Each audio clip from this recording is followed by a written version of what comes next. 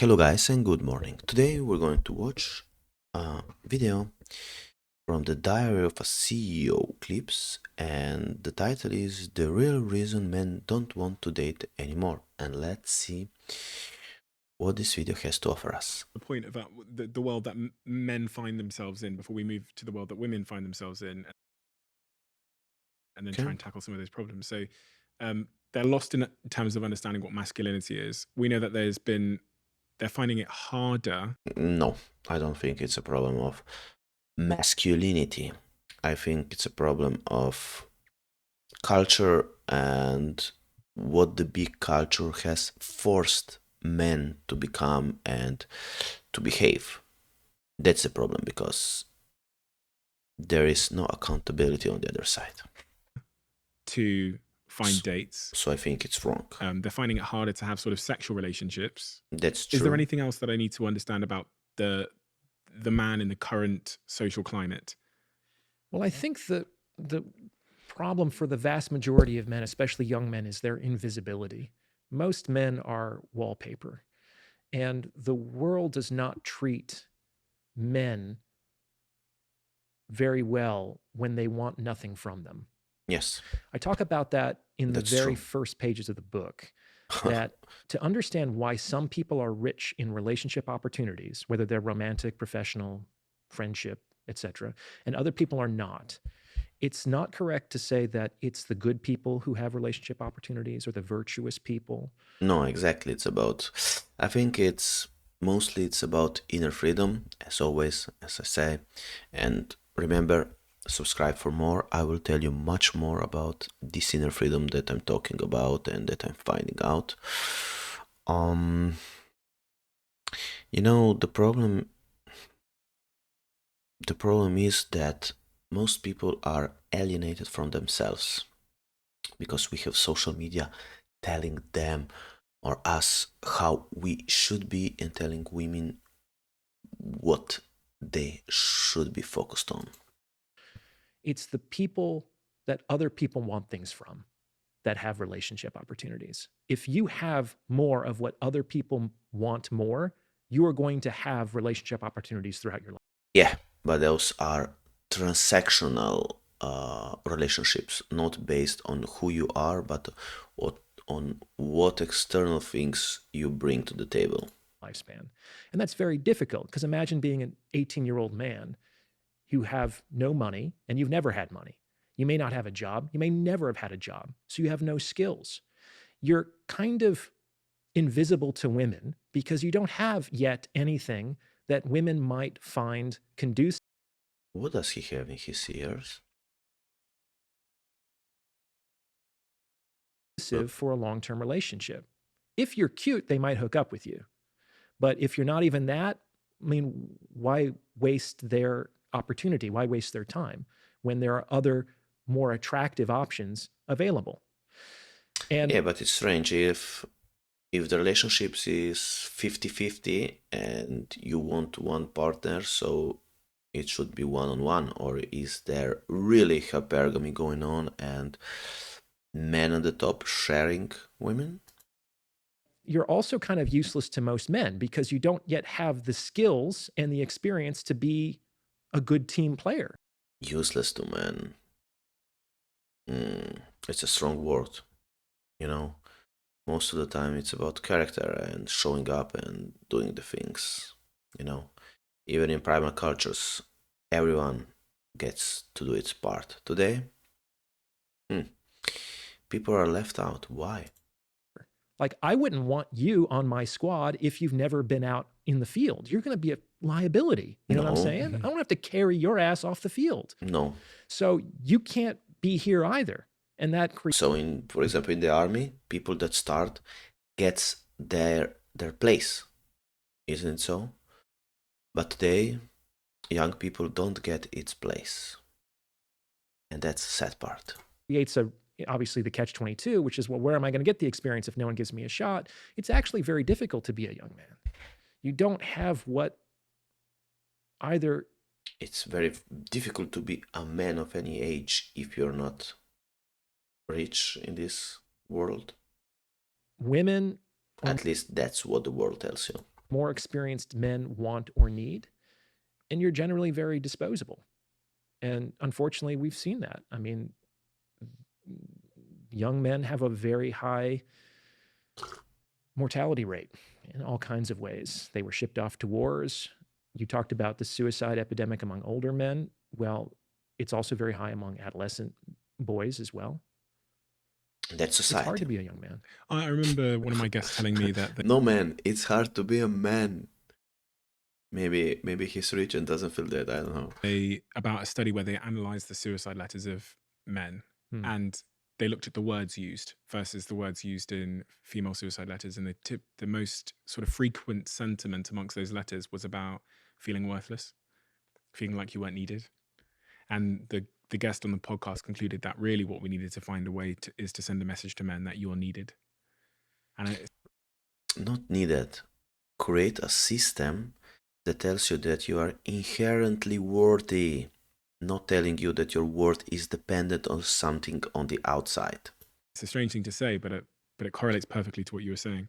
The message sounds good, but it would be better to actually have opportunities to be needed than to be told that you are needed and that you are valued and that you are cared for. That's a nice emotional sentiment that doesn't really keep the demons away at night. Yeah.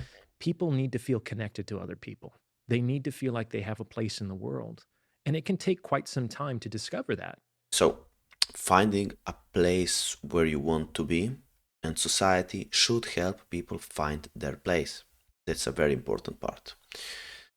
And of course, creating worth that is not dependent on the outside, only from the inner part. One of the traps that I fell into when I was a young man is I thought that I could figure that out by just sort of like noodling it out alone in my room. Like I was trying to figure out what I wanted my life to be about, what the purpose of my life was going to be before I had even left the house. And I wasted a lot of time in fruitless rumination that way. Again, society. It's much better to discover your purpose in life by moving through the world and examining your choices in retrospect. It's like you only really get to discover who you are by examining and understanding your revealed preferences based on your behavior as you move through the world. It's very easy to think of yourself in all kinds of ways when you're untested, when you're untried, when you're in the morally ambiguous situations in which human beings find themselves as they navigate reality. Are you saying that the evidence you're looking for or the answers you're looking for come from taking action? Absolutely. They don't come from thinking it out. No. Here I don't think he's right because, action is very important. But if you start from a position that your worth needs to be accomplished, then you're going to try it hard and no action ever will give you what you want. So I think here in this regard, he's wrong. They often don't come from therapy. And that might sound weird coming from a therapist, but I do think that we live in a very overly therapized culture with the understanding that therapy is somewhat of a panacea. The problem is that, think about that. The three most important pillars that you deal in your life is health, wealth, and love or relationships. And none of those things gets studied in school. So you're in school for like 10, 20 years and you don't know nothing about that. Here, you can clearly see the problem. In that it should be able to cure all that ails you. And I don't think that that's true. Therapy is very good for certain problems and it's useless for others. What about women? What are the challenges that a woman faces in the modern world because of all these sort of macro changes that have taken place?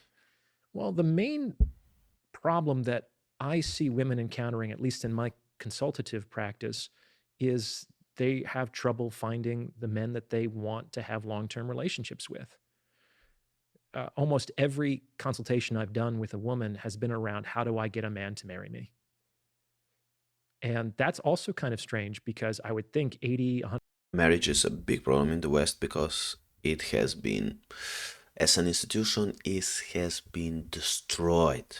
And men are waking up to that and It's not good. 100 years ago, that was something that that girl was being prepared for since she was a very young person by her mother and her grandmother and her aunts and her female relatives with whom she probably lived in close consultation. And she never would have gotten to the age of 30 where this would be an open question still. And who are you? What's your sort of, if I looked at your CV, you talked about your consultative practice. What is the experiences you've had and the education you've had that have brought you to this point where you've written this book about relationships and those dynamics? What is your sort of professional, personal experience? Well, professionally, I'm a psychologist. I'm licensed in the state of California. So I went to grad school and got a doctorate in psychology. I had all kinds of training experiences. I worked with significant dysfunction in a community mental health center. I have a kind of a larger. What do women come to you with a problem with? Well, in terms of when people come to you, what are men most frequently coming to you with in terms of the problem they come with versus what women come to you with a problem with? Can't create a relationship. Well, in general, it's either money or women for men. Oh, really? Yeah. And this is nothing new. Like Sigmund Freud said a long time ago, that the purpose of psychoanalysis was to teach people how to work and how to love. That's it. If you can learn how to work and love, you can be a fairly functional human being in society and have a satisfying life. And he also said that the goal of therapy was not to cure suffering per se, which might be inseparable from the human experience, but to free human beings from neurotic, unnecessary suffering so that they are better equipped to meet the necessary suffering and pain of being alive. So he had, I think, a more attenuated vision for what therapy could do. So it's either money, work, or women, love. And what I found is that it's either one or the other. I often did consultations with guys who were super successful professionally. They were making millions, but they were in failed marriage after failed marriage, or they couldn't, for the life of them, get laid, even if they were having parties with models on their super yachts. You know what I'm saying? Mm-hmm. By the same token, there are fewer of them because they couldn't afford my out-of-pocket rate, but it's like there were some men who were just absolutely cleaning up. Like I've done some consultations, I had some patients, young men who were just like plowing through San Francisco. I mean, they had sexual success in a way that most men would just fantasize about. But they had a really hard time getting their money straight, their career. They were super stressed out. They had anxiety disorders. So it's really interesting, this phenomena, how this happens. Why one is super successful in one area and super unsuccessful in another area. Things like that. Which is actually fairly ironic because what I found is if it works in one domain, it generally works in the other. Interesting. So if I get my work right, then I'll get my love right. If it works in business, it often works with women. What do you mean? Sorry. Well, think about it this way. Men want sex and they want relationships from women. Women don't go around giving those things out to men just because they want them. Okay? So what's the analogous problem in the professional arena, which is I want money. Let's say you're a salesman. I want money. I have this product or I have this service. I want people to hire me. I want people to buy it. Well, people aren't just going around with their wallets out saying, who's going to take my money? You know what I'm saying? Yeah. So you have to find a way to get what you want from the people that you want it from. And a lot of the strategies that work in business to do that will work in the sexual marketplace as well. Interesting. So perceived value, going on yachts and be perceived as successful to attract that. I don't know. That's very, very true. Because scammy. I think I told you before we started recording, when I was, 18, there was this pickup artistry book sent to my house that I think my older brother had ordered, but he ordered it to the wrong address because he had moved out to university. So he said, just keep it. Lucky accident for you. Yeah. And I sat there and I read it cover to cover without moving.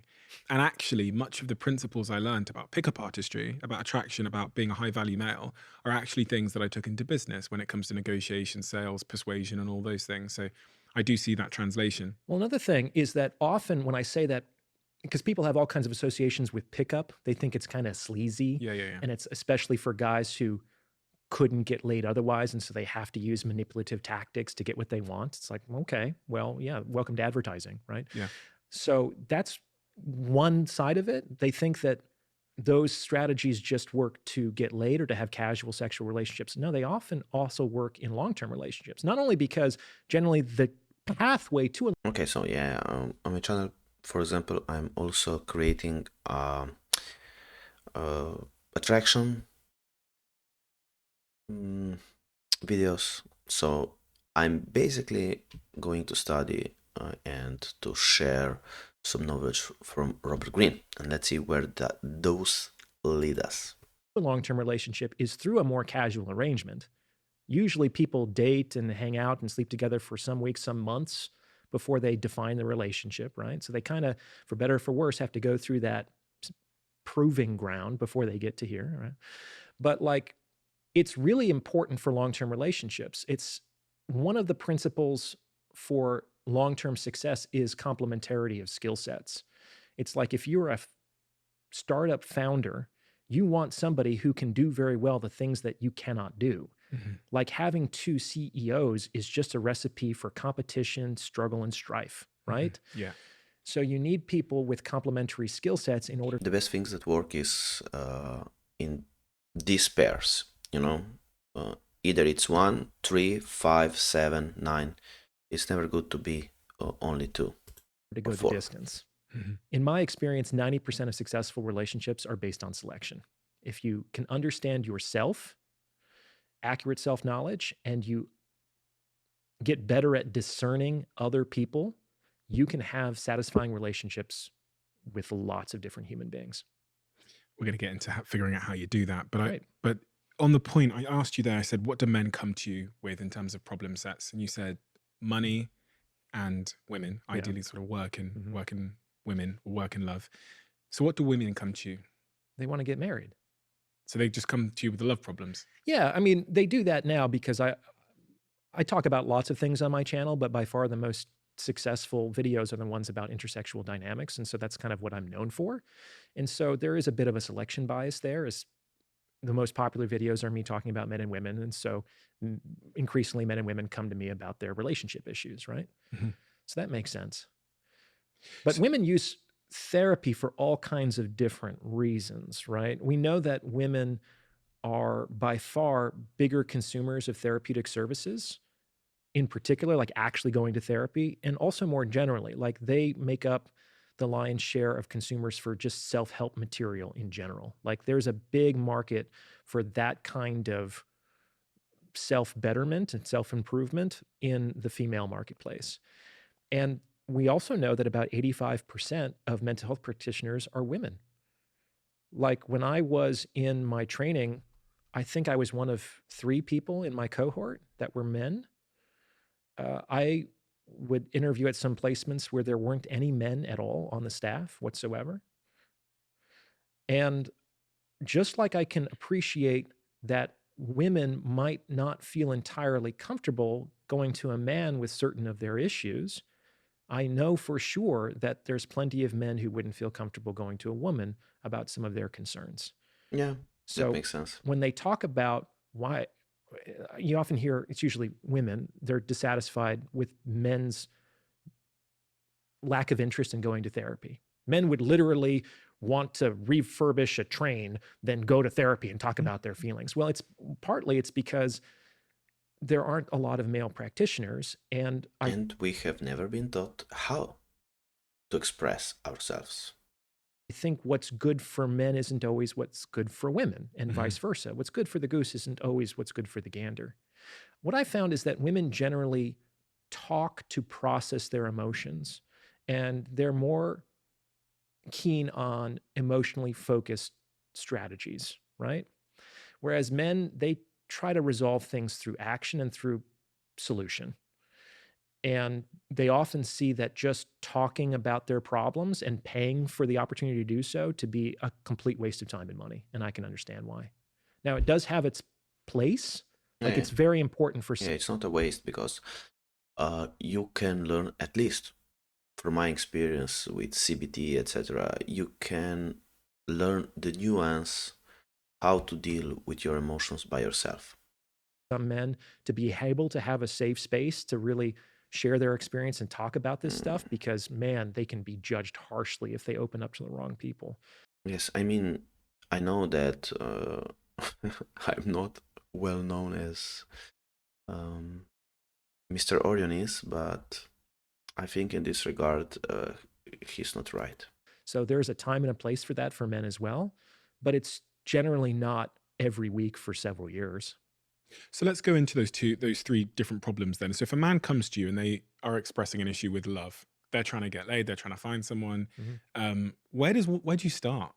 What are the sort of foundational things you need them to understand for you to all get focused in the right direction? Well, I usually start with what they've tried in the past and where in the funnel they tend to be experiencing their difficulties. Like the advice is very different if you're not getting any matches on a dating app or you haven't been able to get a date in months versus I can get with women, but after 3 months, everything kind of seems to fall apart, or everyone just wants me for these long term relationships, and I just want to be able to play the field.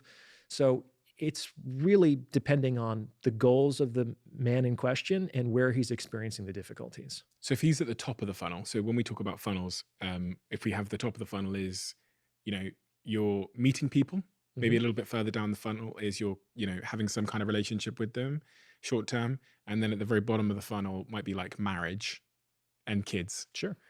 So at the very top, so if they come in at the top of the funnel and they've got problems just like meeting people, where do you start?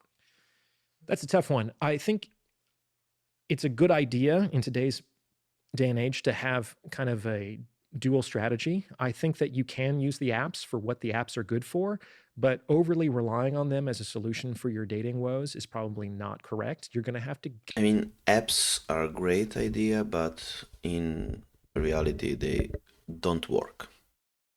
For example, in my area, a friend of mine, a girl, has like 3,000 matches, but if I go on the app and start swiping, it's like 100 women in this area, 100 women and I don't know, 5,000 guys. It's broken.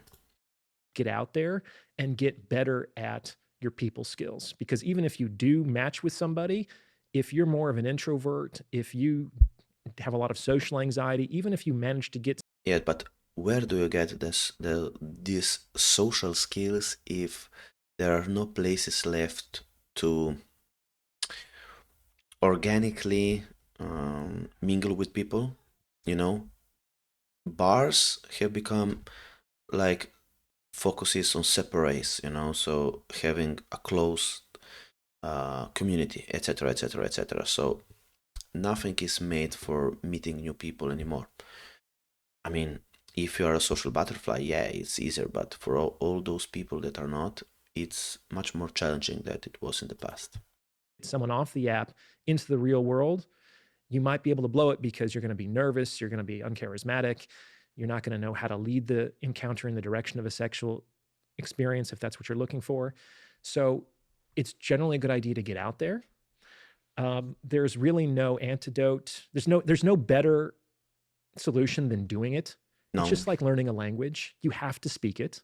no, it's not, because if you go out and you get, I don't know, bad reaction of the bad reaction of the bad reaction because the society is now made this way, it's not that you're going to become good at something that does not reward you in any kind of way.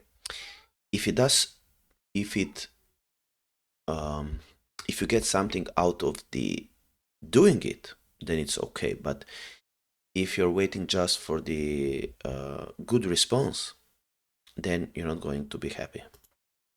You're going to make a lot of mistakes. You're going to be embarrassed. It's going to feel frustrating and impossible until it doesn't.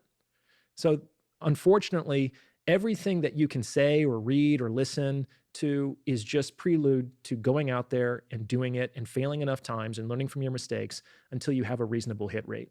But how do I increase my probability that a woman will give me that chance and then stick with me? Like, how do I increase my chance of being attractive? Are there things I can do? Do I need to go hit the gym? Sure. Like when I talk about in the book is that everyone can be more attractive than they currently are.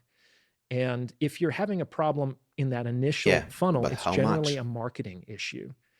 Because think about it, on an app, it's 6 pictures and 3 responses. In a meat market, it's, hey, how you doing? And it's like, she's going to give me a once over. She already gave me the side eye, and she's going to kind of make a snap judgment based on the vibe that I'm giving out, right? Neither one of those has anything to do with really who I am as a person. That's one of the things, is that they Yeah, can't that's really true. reject you because they haven't spent any time getting to know you. For better or for worse, if they like you or not, they like the idea of you. They like the presentation of you. And it's really important not to disabuse people of that presentation too quickly. Okay, so to think about your exterior marketing. Absolutely. Okay. Because that's what men do. I Yeah. mean, they don't go up to women randomly. They think, oh man, she's pretty cute, right? They're paying attention to the surface marketing as well. What can I do with my surface marketing to make me more attractive? Well, you got to focus on what you can control, because generally, when we go down this road, what I hear from men online is, well, that's all well and good, Orion, but I'm 5'6", I'm balding. Women aren't going to like me. And it's like, yeah, if you don't have some of the genetic markers, it is more difficult, but everyone can get better at what they do. Yeah, but where does that better lead you to? And on some level, the less conventionally attractive that you are, the more you have to learn seduction, the more you have to learn game. You have to think about the fact that attractiveness is not normally distributed across any population, right?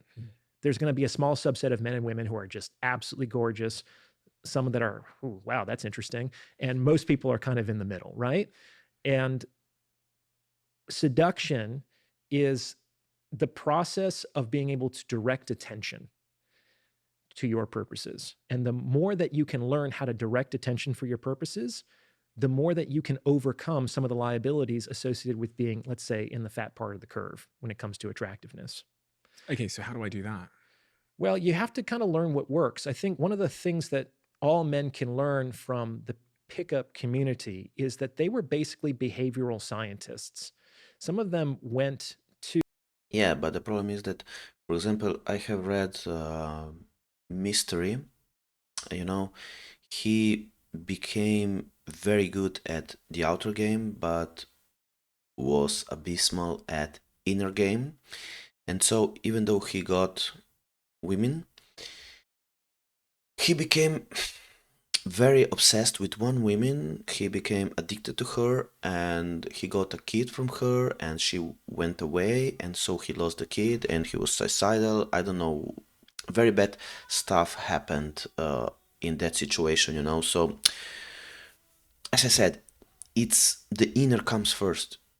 To the field and said, okay, if I knew what I was doing, I'd be laid by now. I'd be awash in optionality. So maybe I don't know what women want. Maybe I don't know what works.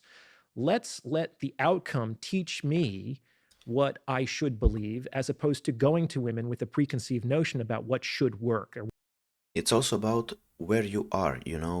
For example, you could be one great strawberry and be in a place where people don't like strawberries very much because they, I don't know, like bananas, and imagine you being a girl in a gay bar. You're not going to get much much attention, so you may get negative attention but not much good attention. So that's why people are talking about passport bros, because they get attention there. It may be for the wrong reason, but they do get it. What they should want. And that's why, on some level, you got what on the surface seems like some ridiculous strategies like peacocking. It's like some men look at that and think, I would never do that. That's just so ostentatious and extravagant, but it can attract attention. That's a very, let's say, heavy-handed way to do so. For someone that doesn't know what peacocking is, how would you describe it? Dressing a little bit more flamboyantly to attract attention. Or like a flamboyant feature, or like it could be a crazy hat you have. It could be a on. crazy hat. Flavor Flav had the big clock around his neck. I don't know if I just dated myself with that reference, but there's And sometimes it's just looking sharp. I mean, by far, one of the best things that men can do is just spend $1,000 or $2,000 to get like 2 or 3 really good outfits. No, no, it's about the energy that you put out, If you are very happy with yourself because you have dealt with the inner demons, then you could be shining, because you know deep inside that you have the ability to shine because you have shown in the past. So you do have that. It's all about the inner man. You can just cycle through them when you're dating, especially in some marketplaces. LA is tough. New York is tough, but it is so easy to be the best dressed man in San Francisco. I swear to God, it does not take that much effort. And if you're the best dressed man in the room, you get like 1 free point. Can you imagine? Some women have to spend tens of thousands of dollars on cosmetic surgery to get 1 extra point. Some men just need to put some clothes on and get a better haircut. You know what I'm saying? And they refuse to do that for whatever reason. If you love the Diary of a